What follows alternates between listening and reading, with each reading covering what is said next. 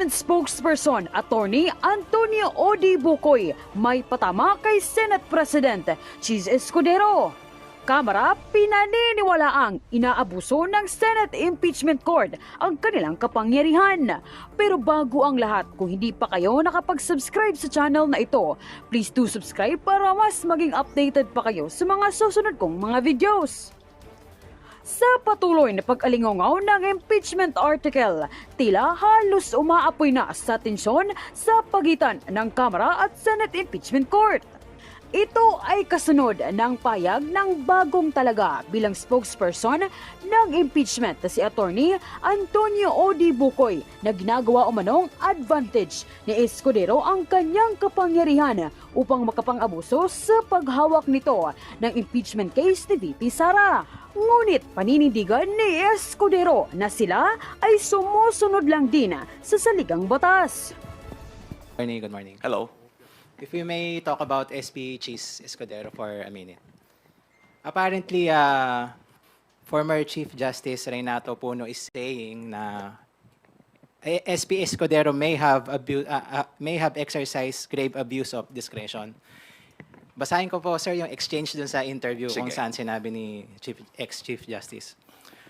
So yun bang ginagawa ngayon ng Senate President? Pasok ba sa grave abuse of discretion? And then Puno said, yan naman po ang pag-aaral, hindi lamang ng PhilConsa. Yan din po ang sinasabi ng mga academicians, mga deans ng colleges of law, mga professors ng constitutional law, at mga iba't ibang commentaries na naririnig natin sa mga nakakaintindi at nakakaalam sa saligang batas. Your take po on this statement? Ako po ay sumasang-ayon sa sinabi ni Chief Justice Renato Puno. Sapagkat ang mga naging actuation and ruling ni Senate President Chis Escudero as the presiding officer of the impeachment court ay wala ho sa saligang batas yan. Kagaya po ng pag-remand.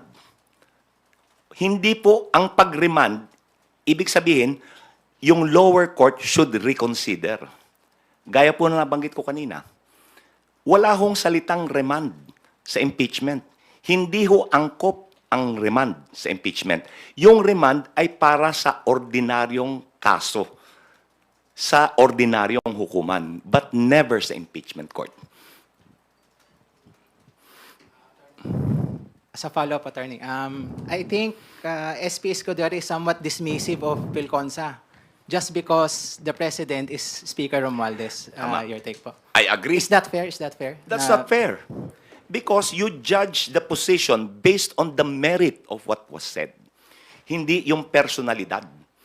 Sa palagay nyo ba, si Speaker, iba ho ang posisyon niya, iba ang posisyon, Presidente, Chairman ng PhilConsa.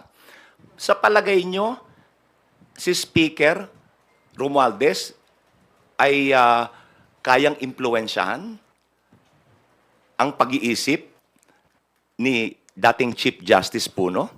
I don't think so. In much the same way that Chief Justice Puno will not and cannot influence the mindset of the Speaker of the House. So, my take is that the argument is based on the merit of the argument, not on the personality. Hindi po personality-based yan. Merit-based. Another one. Attorney, do you agree with SP Escudero's statement na parang the Senate impeachment court daw has no limit to what they can do? No? To what motion they can pursue? Hindi po. Meron pong limitasyon. Ang limitasyon ay ang ating saligang batas at ang kanilang sariling impeachment rules. Hindi po pwedeng porque you are sui generis, pwede mong gawin ang lahat ng gusto mo. Ang limitasyon po ay nasasaad sa ating saligang batas at sa kanilang sariling impeachment rules. In fact, kung yung impeachment rules po ay hindi alinsunod sa saligang batas, hindi rin po obra yun. So lalo na, yun sa kanyang statement na kaya niyang gawin, kaya nilang mag-order ng kahit na ano, mali po yun. Dapat alinsunod sa parameters na sinet ng saligang batas. Kung inyong tutunghayan, nakahiwalay po yung Article 11 do sa Article 6. Article 6 ho, tungkol sa trabaho ng paggawa ng batas. Yung Article 11 is for accountability. Very specific yung provision ng accountability. Very specific what the powers are. So hindi po pwedeng bardagulan to. Hindi pwede na kung anong gusto, yun ang gagawin. May limitasyon. Last na po, promise. Sige. Ah, May promise pa. Then, nakalimutan. Ano yun? Totoo yan, ha? You've already called out Senator De La Rosa kanina po, no, for being like partisan kasi nag-file na motion. Pero hindi lang naman po siya yung perceived na partisan doon sa Senate impeachment court. So are you worried about that? Ganito po, ano? We will give them the benefit of a doubt. Sapagkat, alam po naman nila yung batas eh. Alam nila kung anong ginagawa nila eh. Nanumpa sila that they will administer impartial justice. Ngayon, tignan po natin kung talagang tutuparin nila yung pinanumpaan nila to deliver impartial justice. The cold neutrality of an impartial judge. Tignan natin. Talagang promise, huli na yan, ano? Okay. Thank you, Elson. Okay, Milky Ergonan from DCRH. Good morning, Attorney Bukoy. Gandang maga po. How do you describe the composition of the defense team? Kilala ko po yung mga name partners dyan dahil we are contemporaries sa UP College of Law. Ginagalang ko ang kanilang kakayanan. And I think the Vice President is in good hands. Okay. Nabanggit niyo, sir, nabanggit ni Elson at nasagot niyo rin about the biases of some of the senator judges. So hindi ba at this point ay sasabihin ng prosecution team to, kumbaga ay mag-inhibit yung ilan na perceived na kakampi ng Vice Presidente? Ganito po yan, ano? Sa impeachment po, even sa regular courts, but lalong-lalo na sa impeachment, yun hong inhibition or recusal is personal to the judge. Kung gusto niya, ayaw niyang bumitaw, nasa sa kanya yan. Pero sa regular courts po, there are specific grounds for recusal. Okay? Pag hindi ho covered nung specific grounds sa recusal, as in relationship, familial ties, yun ho, mandatory. Pero other than those, if ang ground ay perceived bias, yan po ay personal na desisyon nung hukom. Ngayon sa impeachment po, yan po ang umiiral na kalakaran. It is personal to the judge concerned. Ngayon, tanong, kami po ba ay hihingi ng recusal nung mga perceived bias ng mga hukom? Pinag-uusapan po yan. Subalit, kung ito ay magiging dahilan para maantala, siguro isang tabi na lang yan. Anyway, ilalahad ang ebidensya, ipapakita sa mga hukom, makikita ng publiko, nasa sa kanila yan. Kung kahit na malakas ang ebidensya, mag-aakwit pa rin sila, sinong huhusga? Ang bayan. So, meaning, Attorney Bukoy, if ever, hindi nyo ipipilit na mag-inhibit sila. Pero pwede bang sabihan na hindi sila magbigay ng mga statements, kumbaga ay panig kay Vice President Okay. Sara? Kasi hindi pa naman sisimula ang impeachment trial and they will serve as the senator judges. Wala po kami sa katayuan na turuan sila. Alam na po nila yan. Hindi na kinakailangang ipaalala pa. Subalit, once umusad ang impeachment trial, meron hong gag order na nasa impeachment rules. bawal magbigay ng mga opinyon, bawal magbigay ng mga pahayag ukol sa merito ng kaso, ang prosecution, ang depensa, pati na ang mga hukom. May gag order po na nakalagay doon sa impeachment rules ng Senado. Salamat po. Salamat din po.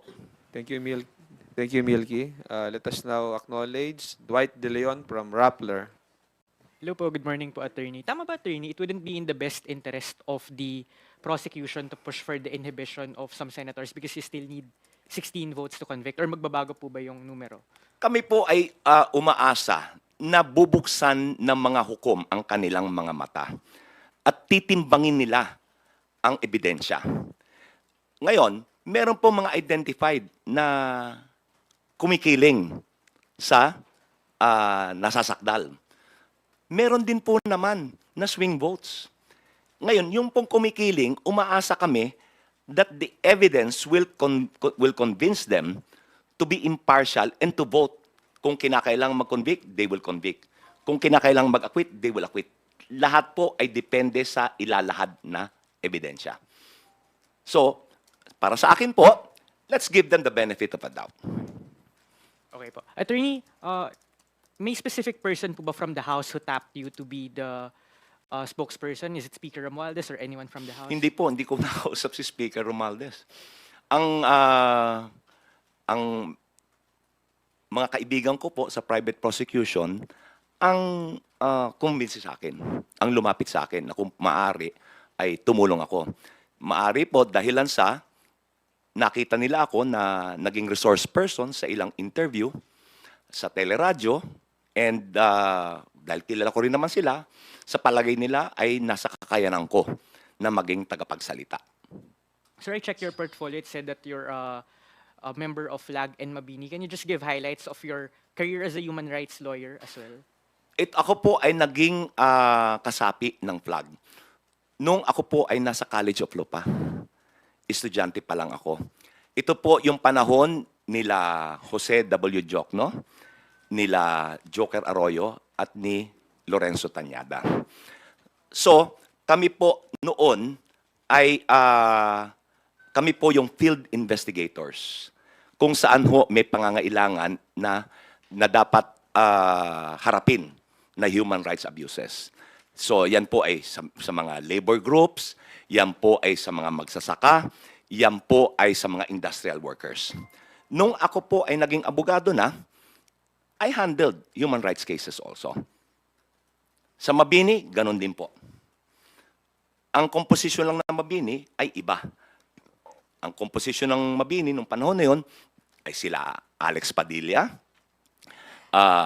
sila Bobit Sanchez, sila Tony Rosales. Yan po.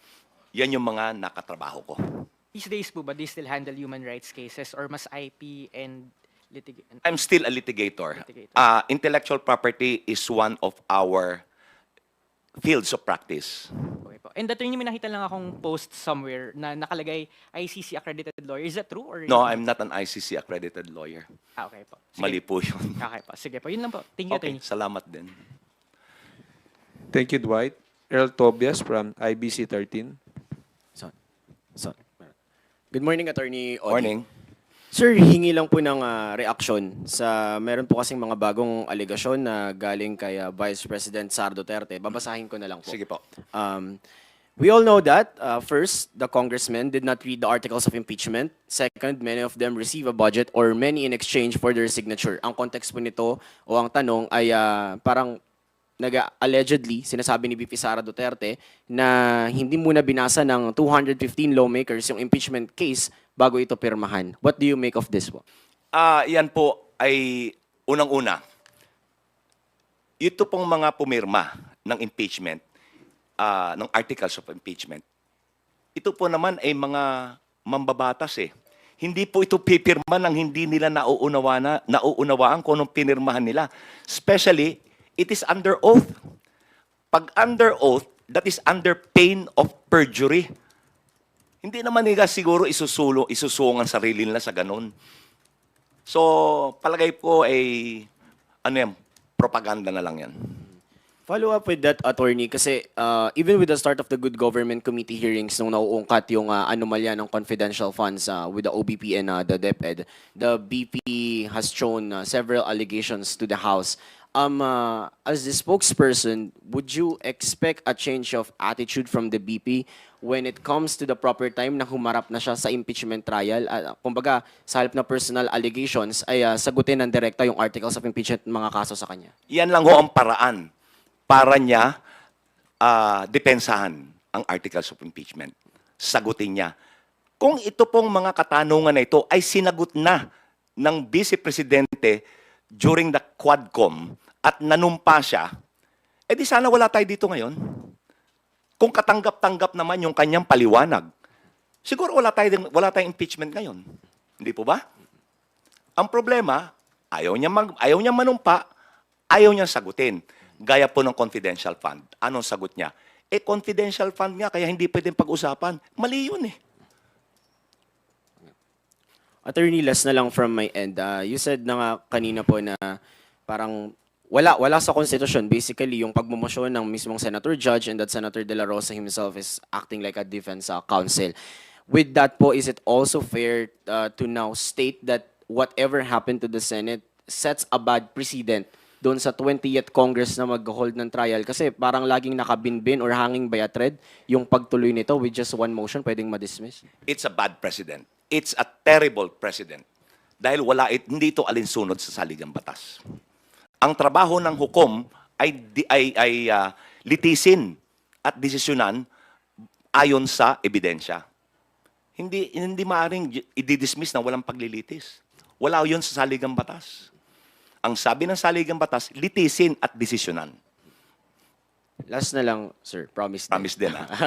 As the spokesperson, do you have a direct message to the senator judges that will hold the BP's trial in the next Congress? Ang aking pong pakiusap ay maging impartial. Deliver impartial justice nang naaayon sa ebidensya. No personal preferences, no party affiliation influences. Tama na po yun. Kontento na ako doon. Salamat din. Thank you, Earl. Lines Capanti from GMA Online. Good morning. Good morning, attorney. Morning. Sir, yung sa about the counsel, the defense counsel of the vice president, is there any legal impediment on the part of the House? That's why it wasn't received, the notice of appearance. May legal impediment po ba? That's why Hindi ko you po, can't access. hindi ko po kasi bago lang ho yan eh. Nangyari yan kailan? Kahapon lang? Hindi ko pa ho nauusisa kung ano talaga ang nangyari. Ngayon, hindi ko alam kung may impediment, kaya hindi tinanggap. Or kung ano ang dahilan kung bakit hindi tinanggap. Gaya po ng nasabi ko kanina, no harm, no foul. Dahil yung service of the entry of judgment was tendered. So as if it was received. Wala hong danyos. Thank you, sir. Salamat. Follow up lang po. Promise din, On, Puro I didn't say promise. Okay. Just one follow-up question. Can you just explain? You mentioned a while ago that the House and the Senate both are continuing bodies; they are constant. Can you just drive the point that why this impeachment trial can cross to the 20th Congress? Because the other camp is always arguing that, the composition of the 19th Congress that endorsed this complaint is not exactly the composition of the 20th Congress. Gaya po ng nasabi ko kanina, ang institusyon does not expire. Gaya po yan sa collegial body, no? Collegial body meaning judges composed of more than one. Kahit na ho magpalit yung mga hukom doon, hindi naman back to square one yung paglilitis eh. Tuloy-tuloy po yan. Ganon din po ang impeachment court. It doesn't matter what the composition is because the institution survives. It does not expire. It is the legislative function that expires. Thank you po, sir. Kala ko magpa-promise ka. Thank you, Lenesca. Big Sumintak from Net25.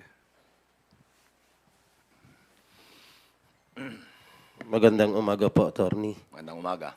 Attorney, doon sa panimulang salita po ninyo, natatangi lahat itong nangyayari, maging yung article of impeachment, maging yung nasasakdal, maging yung impeachment court, sui generis. Pero sinabi nyo rin na yung maging ng sina Chief Justice Puno, maging ang Pelconsa, maging sa inyong panig mismo, ay tila nagkakaroon ng pagmamalabis batay na rin sa sinabi ni Senate President Escudero na walang limit kung ano yung gusto nilang gawin. Ang tanong ko po, sa ganitong mga pagmamalabis na napupuna ng mga legal luminaries diyan sa impeachment court na maaring lumalabag sa saligang batas, sino po ang pwedeng sumawata at pwedeng magpapigil o magtuwid sa impeachment court? Kung meron pong pagmamalabis